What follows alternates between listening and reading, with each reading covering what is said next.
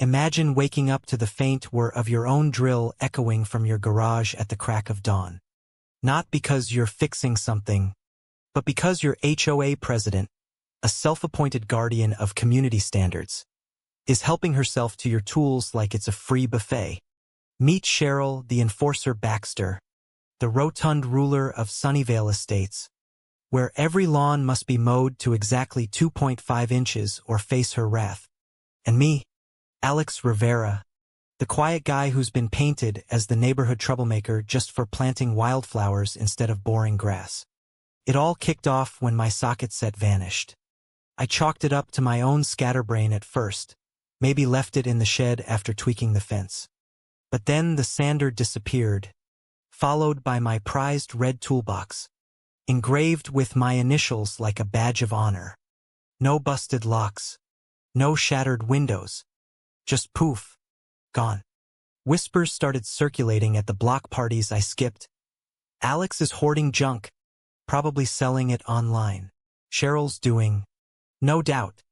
She'd been eyeing my garage for months, citing noise complaints from my weekend projects. I bit my tongue, installed hidden cams, and waited. Patience is a weapon, folks. Sure enough, one misty morning, the footage pinged my phone. Cheryl, in her signature floral muumuu stretched tight over her ample frame, waddling through the side gate with a pilfered key. She punched a defunct code into the keypad, muttered something about upholding order, and started rummaging. I slipped out quietly, heart pounding but voice steady. Morning, Cheryl.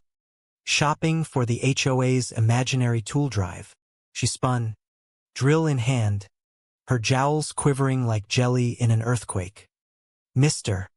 Rivera, this is an official inspection. Your equipment violates subsection 4.2, excessive clutter endangering aesthetic harmony. I smirked. Clutter? That's my livelihood you're clutching. Hand it over before I call it grand theft. She huffed. I'm protecting property values.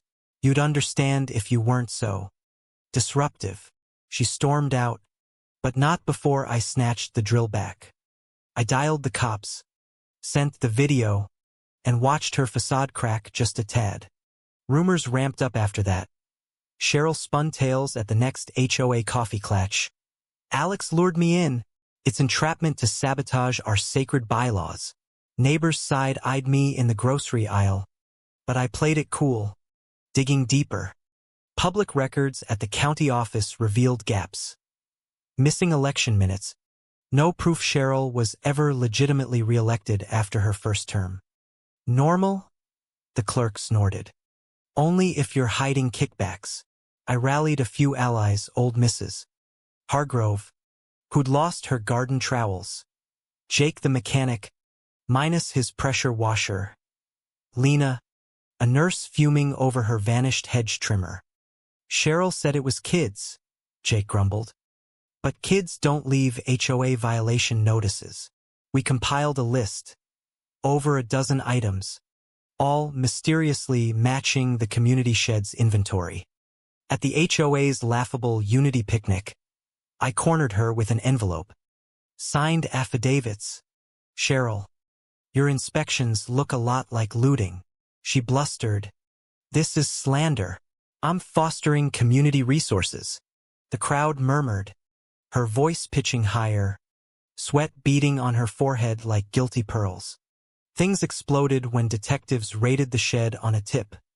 My tools, Jake's washer, even Mrs. Hargrove's antique shears, all logged as HOA assets in a shady ledger. Turns out Cheryl was renting them out to contractors for cash, pocketing dues while faking invoices for phantom maintenance. It's for the greater good, she wailed as cuffs clicked on, her face a mask of bloated indignation, clipboard clattering to the ground. The board meeting that night, packed house. I stood. Cheryl's reign? Illegitimate. Every fine, every threat void. Applause thundered as she slunk away, babbling about ungrateful peons. The state stepped in. Audits revealed $25,000 embezzled. Forged docs galore. Her trial was a farce. Witnesses piled on. Her lawyer stammering excuses. Guilty on all counts: burglary, fraud, the works. 7 years. Restitution ordered. Sunnyvale breathed free, new bylaws, tool shares, real community vibes. No more clipboard queens. But here's the twist to chew on. In a world where rules mask greed, was Cheryl the villain, or just the bloated face of a system that lets petty tyrants thrive? True or false? HOAs protect us, or prey on us?